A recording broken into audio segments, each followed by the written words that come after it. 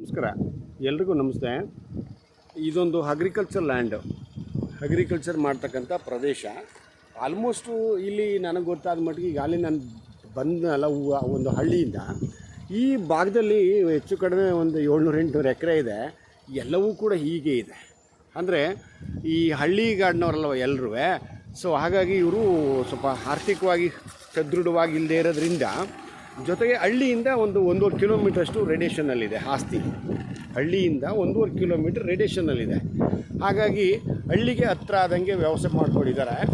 ಅಲ್ಲೊಂದು ಚಿಕ್ಕ ಮನೆ ಕಾಣಿಸ್ತಾ ಇದೆ ನೋಡಿ, ಅಲ್ಲೊಬ್ಬರು ಹೋಮ್ ಸೆಟ್ ಮಾಡ್ಕೊಂಡಿದ್ದಾರೆ. ಅದು ಬಿಟ್ಟರೆ ಇಲ್ಲೂ ಹಿಂಭಾಗಕ್ಕಾದ ಒಂದು ಇದು ತೋರಿಸ್ಕೊಡ್ತೀನಿ. ಅದು ಕೂಡ ಅಂದರೆ ಈಗ ನಾನು ಹೇಳ್ತಕ್ಕಂಥ ಆಸ್ತಿಗೆ ಹೊಂದ್ಕೊಂಡಂಗೆ ಎಲೆಕ್ಟ್ರಿಕ್ ಪೋಲ್ಸ್ ಕೂಡ ಹೋಗಿದೆ. ಈಗ ನಾನು ಹೇಳ್ತಕ್ಕಂಥ ಒಂದು ಆಸ್ತಿ, ಅಲ್ಲೊಂದು ನೇರಳೆ ಮರ ಕಾಣಿಸ್ತಾ ಇದೆಯಲ್ಲ, ಆ ನೇರಳೆ ಮರದ್ದು ಒಂದು ಸೀಳು, ಅದ್ರ ಪಕ್ಕಕ್ಕೆ ಒಂದು ಸೀಳು ಉತ್ತಿದೆಯಲ್ಲ, ಅದೊಂದು ಸೀಳು, ಉಳಿದೇ ಇರೋದು ಒಂದು ಸೀಳು, ಅಂದರೆ ಒಂದು ಭಾಗ, ಅಂದರೆ 2 ಭಾಗ. ಈ ಕಡೆ ನೋಡಿ, ಇದು ಇನ್ನೊಬ್ಬರದು, ಇದೇ ಊರಿನ ರೈತರದು. ಸೊ ಈಸ್ಟ್ ವೆಸ್ಟು ಭಾಳ ಉದ್ದ ಜಾಸ್ತಿ ಇದೆ. ರೋಡ್ ವಿರುದ್ಧ ನಾರ್ತ್ ಸೌತು ಸ್ವಲ್ಪ ಅಗಲ ಕಡಿಮೆ ಇದೆ. ಒಂದು ಎಕರೆ 8 ಕುಂಟೆ, ಇನ್ನೊಂದು 1 ಎಕರೆ 9 ಕುಂಟೆ. ಸೊ ಈ ಒಂದು ಆಸ್ತಿ ಇದೇ ಊರಿನ ರೈತರದು. ಈ ಒಂದು ಗ್ರಾಮದಲ್ಲಿ ನಾಯಕ ಸಮಾಜ ಮತ್ತು SC ಸಮಾಜ ಮತ್ತು ಲಿಂಗಾಯತ ಸಮಾಜ ಇಷ್ಟು ಇದೆ. ಇದರಲ್ಲಿ ಕಳೆದ ಒಂದು 25 ವರ್ಷಗಳ ಹಿಂದೆ ಇದೇ ಗ್ರಾಮದ ಲಿಂಗಾಯತ ಸಮಾಜದವರಿಂದ ನಾಯಕ ಸಮಾಜದವ್ರಿಗೆ ಇದು ಕ್ರಯ ಆಗಿರ್ತಕ್ಕಂಥ ಆಸ್ತಿ. ಅಲ್ಲಿ ನೋಡಿ, ಆ ಹಿಂಭಾಗಕ್ಕಾದಂಗೆ ಪಂಪ್ ಸೆಟ್ ಭಾಳ ಮಾಡ್ಕೊಂಡಿದ್ದಾರೆ ಒಬ್ಬರು. ಅಂದರೆ ಅವರು ಈ ಊರಿನ ಪಕ್ಕದ ಹಳ್ಳಿಯವರು. ಇನ್ನೊಂದು ಕಿಲೋಮೀಟ್ರ್ ರೇಡಿಯೇಷನ್ನಲ್ಲಿ ಅಕ್ಕಪಕ್ಕ ಹಳ್ಳಿಗಳಿದ್ದಾವೆ. ಸೊ ಈ ಆಸ್ತಿಗೆ ಹೊಂದ್ಕೊಂಡಂಗೆ ಈ ಒಂದು ಹಳ್ಳಿ ಏನಿದೆಯೋ, ಇದು ನನ್ನ ಪ್ರಕಾರ ಒಂದು 1.5 ಕಿಲೋಮೀಟ್ರಷ್ಟು ಅಂತರ ಆಗುತ್ತೆ. ಯಾವುದು ಈ ಆಸ್ತಿ, ಹಳ್ಳಿಗೂ ಆಸ್ತಿಗೂ. ಇಲ್ಲಿ ಅಕ್ಕಪಕ್ಕ ಯಾರು ಪಂಪ್ ಸೆಟ್ ಮಾಡಿಕೊಂಡು ವ್ಯವಸಾಯ ಮಾಡದೇ ಇರೋದ್ರಿಂದ ನಮಗೇನು ಅನಿಸುತ್ತೆ ಅಂದರೆ ಸ್ವಲ್ಪ ಇಂಟೀರಿಯರು ಅಂತ ಅನಿಸುತ್ತೆ. ಅಂದರೆ ಇಂಟೀರಿಯರು ಸ್ವಲ್ಪ ಹಿಂದಕ್ಕಾದಂಗೆ ಆಯಿತು ಅಂತ ನಮ್ಮ ಭಾಷೆಯಲ್ಲಿ, ನಮ್ಮ ಹಳ್ಳಿ ಭಾಷೆಯಲ್ಲಿ ಇಂಟೀರಿಯರ್ ಅಂದರೆ ಒಂದು ಸ್ವಲ್ಪ ಒಳಗಡೆ ಆಯಿತು ಅಂತ. ಇದು ರಸ್ತೆ. ಕಳೆದ 25 ವರ್ಷಗಳಿಂದ ನಾನು ಆಗಲೇ ಹೇಳ್ದಂಗೆ ಇದೇ ಗ್ರಾಮದ ಲಿಂಗಾಯತ ಸಮಾಜದವರಿಂದ ಈಗಿನ ನಾಯಕ ಸಮಾಜದವ್ರಿಗೆ ಕ್ರಯ ಆಗಿರ್ತಕ್ಕಂಥದ್ದು. ಇದು 2 RTC ಅಣ್ಣ ತಮ್ಮದಿರಿಗೆ ಕ್ರಯ ಆಗಿರ್ತಕ್ಕಂಥದ್ದು. ರೆಕಾರ್ಡ್ ಎಲ್ಲ ಕ್ಲಿಯರ್ ಇದೆ, ಏನು ಸಮಸ್ಯೆ ಇಲ್ಲ. ಈ ಕಡೆ ಒಂದು ರಸ್ತೆ, ಈ ಕಡೆಗೆ ಒಂದು ರಸ್ತೆ. ಈ ರಸ್ತೆಗೆ ಹೊಂದ್ಕೊಂಡಂಗೆ ಇರ್ತಕ್ಕಂಥದ್ದು ಈ ಆಸ್ತಿ. ಇದರಲ್ಲಿ ರೋಡ್ ಬಿಟ್ಟು ಒಂದು ಅರ್ಧ ಎಕರೆಯಷ್ಟು ಒತ್ತುವರಿ ಕೂಡ ಇದೆ. ಈ ನೋಡಿ, ಇಲ್ಲಿಂದ ಎಂಟ್ರೆನ್ಸು ನಿಮಗೆ ಇದೊಂದು ಅರ್ಧ ಎಕರೆ ಒತ್ತುವರಿ ಏನಿದೆಯೋ, ಈ ಒತ್ತುವರಿ ಮಾತ್ರ ಕ್ಲೀನ್ ಮಾಡ್ಕೊಬೇಕು ಈ ಒಂದು ರಸ್ತೆಗೆ ಹೊಂದ್ಕೊಂಡಂಗೆ. ಅದಷ್ಟು ಬಿಟ್ಟರೆ ಬಾಕಿ 2 ಎಕರೆ 17 ಕುಂಟೆ ಏನಿದೆ ಅಲ್ಲೇನು ಒಳಗಡೆ ಕ್ಲೀನ್ ಮಾಡೋ ಅಂಥದ್ದೇನಿಲ್ಲ. ಏನಂದರೆ ಅದು ರೋಡ್ಗೆ ಅಗಲ ಇಲ್ಲದೆ ಇರೋದ್ರಿಂದ, ಅಂದರೆ ನೋಡಿ 2 ಭಾಗ ತಗೊಂಡ್ರೆ ಮಾತ್ರ ನಮಗೆ ನಾರ್ತ್ ಸೌತು ರೋಡ್ಗೆ ಅಗಲ ಸ್ವಲ್ಪ ಹಿಕ್ಕ ಅಂಥದ್ದು. ಅದರಲ್ಲಿ ಒಂದು ಭಾಗ ಆದರೂ ಕೂಡ ಅದೇನು ಪ್ರಯೋಜನ ಆಗಲ್ಲ. ನೋಡಿ, ಇಲ್ಲಿಂದ ಈ ಕಡೆಯಿಂದ ಇಲ್ಲೇನು ಸ್ವಲ್ಪ ಗಿಡ ಗೆಂಡಗಳೆಲ್ಲ ಉಟ್ಕೊಂಡಿದೆಯಲ್ಲ, ಇದಿಷ್ಟು ಕ್ಲೀನ್ ಮಾಡ್ಕೊಂಡ್ರೆ ನಿಮಗೆ ಒಂದು 100-120 ಅಡಿಯಷ್ಟು ಎಂಟ್ರೆನ್ಸ್ ಆಗುತ್ತೆ ಹಿಂದಕ್ಕೆ ಹೋಗೋದಕ್ಕೆ. 2 ನಂಬರು 1/1 ಇದೆ. 141 ಪಾರ್ 1 ಮತ್ತು 2 ಆಯಿತು. 2 ರೋಡ್ ಆಗಿದೆ. ಒಂದು ಎಕರೆ 8 ಕುಂಟೆ, ಇನ್ನೊಂದು 1 ಎಕರೆ 9 ಕುಂಟೆ. ಈ ರೋಡ್ ಎಂಟ್ರೆನ್ಸು ನಾನು ಆಗಲೇ ಹೇಳ್ದಂಗೆ ಒಂದು 20 ಕುಂಟೆ ಅಷ್ಟು ಒತ್ತುವರಿ ಸಿಗುತ್ತಲ್ಲ, ಆ ಒತ್ತುವರಿ ಕ್ಲೀನ್ ಮಾಡ್ಕೊಳ್ಬೇಕು ಅಷ್ಟೇ. ಅದಷ್ಟು ಬಿಟ್ಟರೆ ಇದೇ ಥರ ರಸ್ತೆ. ಅಂದರೆ ಇನ್ನು ಸ್ವಲ್ಪ ದೂರ ಆಚೆಗೆಲ್ಲ ಕ್ಲಿಯರ್ ಆಗಿದೆ, ಇನ್ನೂ ಅಗಲ ಇದೆ. ನೇರಳೆ ಮರ ಹೇಳಿದ್ನಲ್ಲ, ಆ ಕಡೆಯಿಂದ ನೋಡ ಅದೇನೆ, ಅದರಿಂದ ಕೆಳಗಡೆಗೆ ನಿಮಗೆ ಅದೊಂದಷ್ಟು ಒತ್ತುವರಿ ಸಿಗುತ್ತೆ. ಒಂದು 15-20 ಕುಂಟೆ ಅಷ್ಟು ಒತ್ತುವರಿ ಸಿಗುತ್ತೆ. ಇದೇ ರಸ್ತೆ. ಇನ್ನೂ ಸ್ವಲ್ಪ ಆ ಕಡೆ ಈ ಕಡೆ ಕ್ಲೀನ್ ಮಾಡ್ಕೊಂತು ಅಂದರೆ ಈ ಒಂದು ರಸ್ತೆನ ಇನ್ನೂ ಭಾಳ ವಿಶಾಲವಾಗಿದೆ ರಸ್ತೆ, ತೊಂದರೆ ಏನಿಲ್ಲ. ಬಟ್ ಹಳ್ಳಿಯಿಂದ ನನಗನ್ಸಿದ್ದು ಮಾತ್ರ ನಾನು ಹೇಳಬೇಕು ವಿನಃ ನೋಡಿ ಇಲ್ಲದೇ ಇರೋದನ್ನೆಲ್ಲ ಹೇಳೋಕ್ಕೆ ಬರಲ್ಲ. ಇನ್ನೂ ಸ್ವಲ್ಪ ಆ ಕಡೆ ಈ ಕಡೆ ಕ್ಲೀನ್ ಮಾಡ್ಕೊಂತು ಅಂದರೆ ಈ ಒಂದು ರಸ್ತೆ ಇನ್ನೂ ಅಗಲ ಆಗುತ್ತೆ. ಬಟ್ ಇಲ್ಲಿ ಅಕ್ಕಪಕ್ಕ ಹಳ್ಳಿ ಇಲ್ಲದೇ ಇರೋದ್ರಿಂದ, ಅಥವಾ ಅಕ್ಕಪಕ್ಕ ಪಂಪ್ ಸೆಟ್ ಮಾಡಿಕೊಂಡು ಯಾರು ಇಲ್ಲದೇ ಇರೋದ್ರಿಂದ ನಮಗೆ ಸ್ವಲ್ಪ ಒಳಗಡೆಗೆ ಆಯ್ತಲ್ಲ ಅನ್ನೋ ಭಾವನೆ ಇದೆ. ನಂಜನಗೂಡಿಂದ ಈ ಒಂದು ಲ್ಯಾಂಡು ಬರೀ 12 ಕಿಲೋಮೀಟ್ರ್ ಅಷ್ಟೇ, ಕೇವಲ 12 ಕಿಲೋಮೀಟ್ರು. ಲ್ಯಾಂಡ್ ಚೆನ್ನಾಗಿದೆ, ಸಂಪೂರ್ಣ ರೆಡ್ ಆ್ಯಂಡ್ ಹ್ಯಾಂಡ್ ಸಾಯಿಲು, ಒಳ್ಳೆ ಮಣ್ಣು, ರೆಕಾರ್ಡ್ ಕ್ಲಿಯರ್ ಆಗಿದೆ ಆಯಿತಾ. ಒಂದು ಇನ್ವೆಸ್ಟ್ಮೆಂಟ್ ಲೆಕ್ಕ ತಗೊಳ್ಳೋದಾದರೆ ಖಂಡಿತ ಮಾಡ್ಬೋದು ಆಯಿತಲ್ಲ. ಇನ್ನೊಂದು ಏನಂದರೆ ಒಂದು 30 ಲಕ್ಷದ ಒಳಪಟ್ಟಾಗುತ್ತೆ ಎಕರೆಗೆ, ಒಂದು ಎಕರೆಗೆ 30 ಲಕ್ಷದ ಒಳಪಟ್ಟಾಗುತ್ತೆ. ಇಲ್ಲಿಂದ ಈಚೆಗೆ ಸ್ವಲ್ಪ ಬದಲಾವಣೆ ಆಗುತ್ತೆ, ಈ ಓಡಿಯಿಂದ ಈಚೆಗೆ ನೋಡಿ. ಇಲ್ಲಿ ಎಲ್ಲ ಅಕ್ಕಪಕ್ಕ ಒಬ್ಬೊಬ್ಬರು ಅಲ್ಲೊಬ್ರು ಇಲ್ಲೊಬ್ಬರು ಹೋಮ್ ಸೆಟ್ ಮಾಡ್ಕೊಂಡಿದ್ದಾರೆ. ಇದೊಂದು ಲೇಕ್,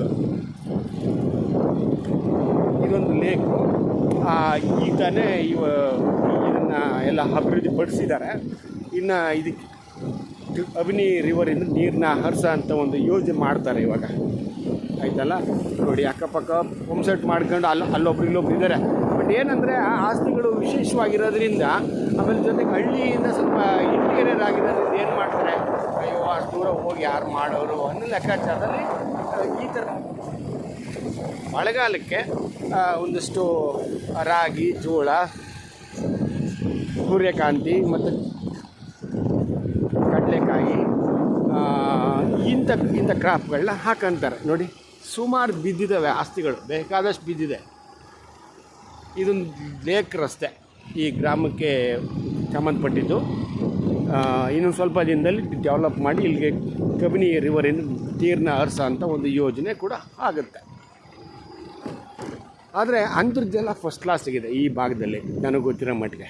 ಇನ್ನು ಆ ಕಡೆ ಈ ಕಡೆ ಹೋದರೆ ಇನ್ನು ಡೆವಲಪ್ ಇದೆ. ಇನ್ನು ಒಂದೊಂದು ಕಿಲೋಮೀಟ್ರ್ ಹಿಂದಕ್ಕೆ ಹೋದರೆ ಒಳ್ಳೆ ಕ್ರಾಪ್ ಮಾಡ್ಕೊಂಡು ಇಟ್ಕೊಂಡಿರ್ತಕ್ಕಂಥವ್ರು ಇದ್ದಾರೆ. ಯಾರು ರೈತರಿಂದನೇ ಹಾಕ್ತಕ್ಕಂಥದ್ದು. ಇದು ಕೂಡ ನಾನು ಆಗಲೇ ಹೇಳ್ದಂಗೆ ಲಿಂಗಾಯತ ಸಮಾಜದವರಿಂದ ಈಗಿನ ನಾಯಕ ಸಮಾಜದವ್ರಿಗೆ ಆಗಿರ್ತಕ್ಕಂಥದ್ದು. ಸೊ ಹಾಗಾಗಿ ನಿಮ್ಗೆ ಯಾವುದೇ ರೀತಿಯ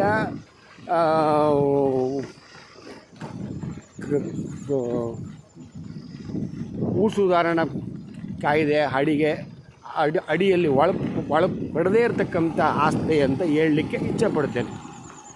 ಇದು ಇಷ್ಟು ಅಗಲ ಇದೆ ರಸ್ತೆ ಇಲ್ಲಿ ತನಕ. ಅಲ್ಲೊಂದು ಸ್ವಲ್ಪ ದೂರ ಸ್ವಲ್ಪ ಅದು ಕ್ಲೀನ್ ಮಾಡ್ಕೊಂಡ್ರೆ ಇನ್ನೂ ಅಗಲ ಆಗುತ್ತೆ, ತೊಂದರೆ ಏನಿಲ್ಲ. ನೋಡಿ ಸುಮಾರು ಲ್ಯಾಂಡ್ ಹಂಗೆ ಬಿದ್ದಿದ್ದಾವೆ. ಒಂದಷ್ಟು ಜನ ಊರ್ಲಿದ್ದಾರೆ, ಸ್ವಲ್ಪ ದಾಂಗಾಯ್ತು ಒಂದು ಮಾಡಲ್ಲ. ಇನ್ನು ಕೆಲವ್ರಿಗೆ ಸಹ ಆವಾಗ ಮಾರ್ಬಿಟ್ಟಿರ್ತಾರೆ. ಇನ್ನು ಕೆಲವರು ನೋಡ್ಕೊಳ್ಳೋರು ಇರೋದಿಲ್ಲ ಆಯಿತಾ. ಹಾಗಾಗಿ ಒಂದಷ್ಟು ಜಮೀನುಗಳು ಹಾಗೆ ಬಿದ್ದಿದ್ದಾವೆ. ಅದಷ್ಟು ಬಿಟ್ಟರೆ ಬೇರೆ ಏನಿಲ್ಲ. ನೋಡಿ ಬಾಳೆ ಹಾಕೊಂಡಿದ್ದಾರೆ, ಒಳ್ಳೆ ವಾಟ್ರ್ ಇದೆ. ವಾಟ್ರ್ ಮತ್ತು ಫಸ್ಟ್ ಕ್ಲಾಸಿಗಿದೆ ಈ ಭಾಗದಲ್ಲಿ. ಇದು ರೀಸೆಂಟಾಗಿ ಒಬ್ರಿಗೆ ಆಗಿರ್ತಕ್ಕಂಥದ್ದು, ಒಂದು 6 ತಿಂಗಳ ಹಿಂದೆ. ಅಕ್ಕಪಕ್ಕ ಮಧ್ಯೆ ಒಬ್ಬೊಬ್ರಿಗೆ ಆಗಿದೆ ಅಲ್ಲಲ್ಲಿ. ಸೊ ನಂಜನಗೂಡಿಂದ ಭಾಳ ಹತ್ರ, ನಂಜನಗೂಡು ರಿಜಿಸ್ಟ್ರೇಷನ್ ಆಸ್ತಿ ಇದು. ನಂಜನಗೂಡಿಗೆ ಭಾಳ ಹತ್ರ, ನಂಜನಗೂಡು ರಿಜಿಸ್ಟ್ರೇಷನ್ ಆಸ್ತಿ. ಆದರೆ ನಾನು ಇನ್ನೂ ಒಂದು ಸಾರಿ ಮತ್ತೊಮ್ಮೆ ಹೇಳ್ತೀನಿ. ಆಮೇಲೆ ಸರ್ ನೀವು ಬಂದ್ಬಿಟ್ಟು ಒಳಗಡೆ ಆಗೋಯ್ತು ಸರ್, ನೀವು ಹೇಳಬಾರ್ದು ಸರ್ ಅಂತ ಅನ್ನೋದು ಬೇಡ. ಲ್ಯಾಂಡ್ ಚೆನ್ನಾಗಿದೆ, ಸ್ವಲ್ಪ ಒಳಗಡೆ ಆದರೂ ಲ್ಯಾಂಡ್ ಚೆನ್ನಾಗಿದೆ, ರೆಕಾರ್ಡ್ ಕ್ಲಿಯರ್ ಆಗಿದೆ. ಆದರೆ 1.5 ಕಿಲೋಮೀಟ್ರಷ್ಟು ಅಂತರ ಆಗುತ್ತೆ, ಹಳ್ಳಿಯಿಂದ 1.5 ಕಿಲೋಮೀಟ್ರಷ್ಟು ಅಂತರ ಆಗುತ್ತೆ. ಅಂದರೆ ಈಗಿನ ಮಟ್ಟಕ್ಕೆ ಒಂದು ನನ್ನ ಪ್ರಕಾರ ಹೇಳೋದಾದರೆ, ಒಂದು ಅಫಿಷಿಯಲ್ಲಾಗಿ ಸಂಜೆ ಮೇಲೆ ಇರೋಕ್ಕಾಗಲ್ಲ. ಅದನ್ನು ಓಪನ್ ಅಪ್ ಆಗಿ ಹೇಳ್ತೀನಿ.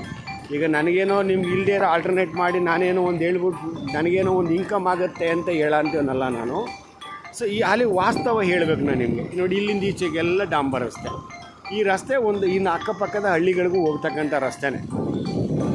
ನೋಡಿ ಇದಿಲ್ಲ, ಇಲ್ಲಿಂದ ಈಚೆಗೆಲ್ಲ ಹೋಮ್ ಸೆಟ್ ಮಾಡ್ಕೊಂಡು ಆ ಕಡೆ ಈ ಕಡೆ ಕ್ರಾಪ್ ಮಾಡ್ತಾ ಇರ್ತಕ್ಕಂಥವ್ರು ಇದ್ದಾರೆ. ಇನ್ನೊಂದಷ್ಟು ಜನ ಹಾಗೆ ಇಟ್ಕೊಂಡಿರತಕ್ಕಂಥವ್ರು ಇದ್ದಾರೆ.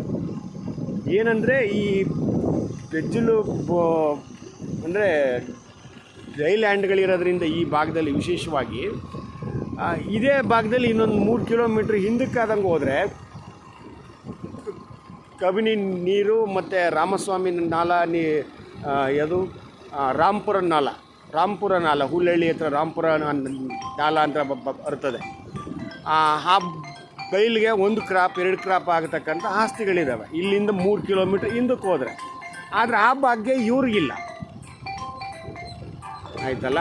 ಆದರೆ ಈ ಊರಿಂದ ಆ ಕಡೆಗಿದೆ, ಇದೇ ಊರಿಂದ 1 ಕಿಲೋಮೀಟ್ರ್ ಆ ಕಡೆಗೆ ಆದಂಗಿದೆ. ಅಂದರೆ ನಾನು ಹೇಳ್ತಾರೆ ಊಟಿ NHಗೆ ಹತ್ತಿರ ಆದಂಗೆ ಆ ಭಾಗದಲ್ಲೆಲ್ಲ ಕಬಿನಿ ವಾಟ್ರ್ ಕೂಡ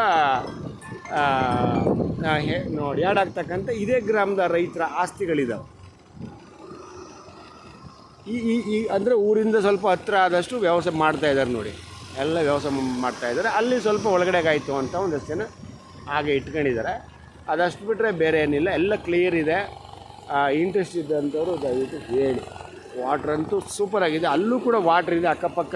ನಿಮಗೆ ಎಲೆಕ್ಟ್ರಿಕ್ ಕಂಬನೇ ಹೋಗಿದೆ ಈ ಲ್ಯಾಂಡ್ಗೆ ಹೊಂದ್ಕೊಂಡಂಗೆ, ತೊಂದರೆ ಇಲ್ಲ, ಒಂದೇ ಕಂಬ ಅಷ್ಟೇ. ಈಗ ಅವರು ರೈಟ್ ಏನು ಹೇಳ್ತಾರೋ ವಿಚಾರಿಸ್ಬಿಟ್ಟು ಹೇಳ್ತೀನಿ, ಹಾಕಿರ್ತೀನಿ. ನೋಡ್ಬಿಟ್ಟು ಈಗ ಇಂಟ್ರೆಸ್ಟ್ ಇದ್ದಂತೂ ದಯವಿಟ್ಟು ಹೇಳಿ. Okay, thank you.